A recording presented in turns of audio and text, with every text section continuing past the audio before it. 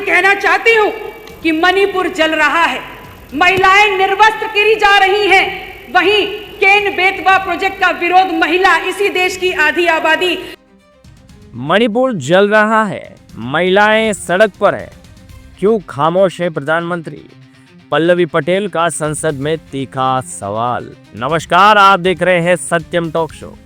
देश के कई मुद्दों को लेकर संसद में एक बार फिर सियासी गर्मी बढ़ती नजर आ रही है। उत्तर प्रदेश के सिराथू से विधायक डॉक्टर पल्लवी पटेल ने मणिपुर हिंसा, महिला आंदोलन और बढ़ती महंगाई जैसे मुद्दों पर केंद्र सरकार और प्रधानमंत्री की चुप्पी पर तीखा हमला बोला है।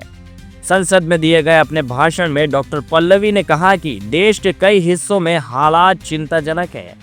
मणिपुर में हिंसा की घटनाएं सामने आ रही हैं और महिलाओं के साथ दुर्व्यवहार के आरोप लग रहे हैं।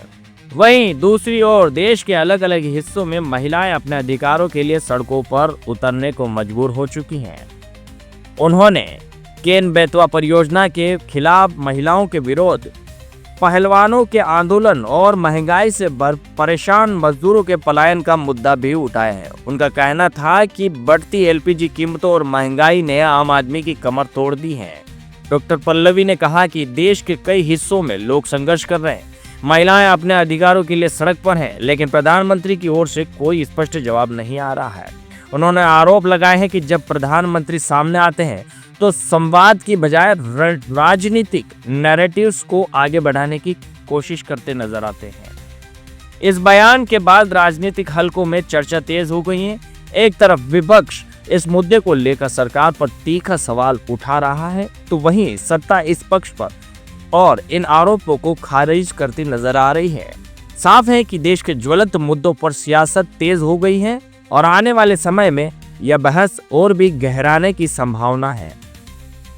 मैं आपसे कहना चाहती हूँ कि मणिपुर जल रहा है, महिलाएं निर्वस्त्र गिरी जा रही हैं। वहीं केन बेतवा प्रोजेक्ट का विरोध महिला इसी देश की आधी आबादी चिताओं पे बैठकर कर रही है। इसी देश में महिला पहलवान सड़कों पर प्रदर्शन कर रही थी। इसी देश में एलपी सिलेंडर की कीमतें बढ़ते हुए, एलपी सिलेंडर की मांग बढ़ते हुए समस्त मजदूर अपने प्रदेशों को पलायन करने को मजबूर हैं। लेकिन अगर आप देखेंगे गौर से तो इन तमाम घटनाक्रम के बीच में हमारे देश का प्रधान सेवक गांधी जी के बंदर बने बैठे हुए हैं। वो कहीं झालमुरी खा रहे हैं तो कहीं फोटोग्राफी कर रहे हैं, कहीं बच्चों के साथ फुटबॉल खेल रहे हैं। ये कैसा प्रधान सेवक है इस देश का जिसकी पॉलिटिकल पिकनिक खत्म ही नहीं हो रही है?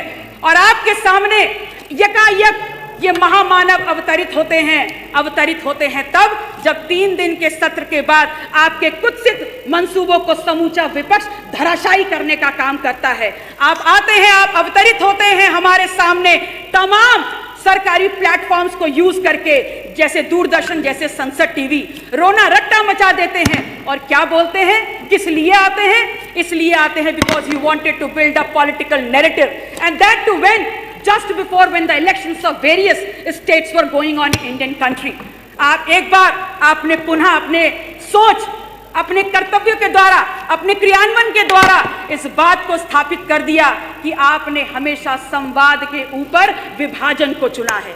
आपने इस बात को स्थापित कर दिया कि आपने हमेशा अपनी अकाउंटेबिलिटी के ऊपर आपने चुप्पी को सुना है।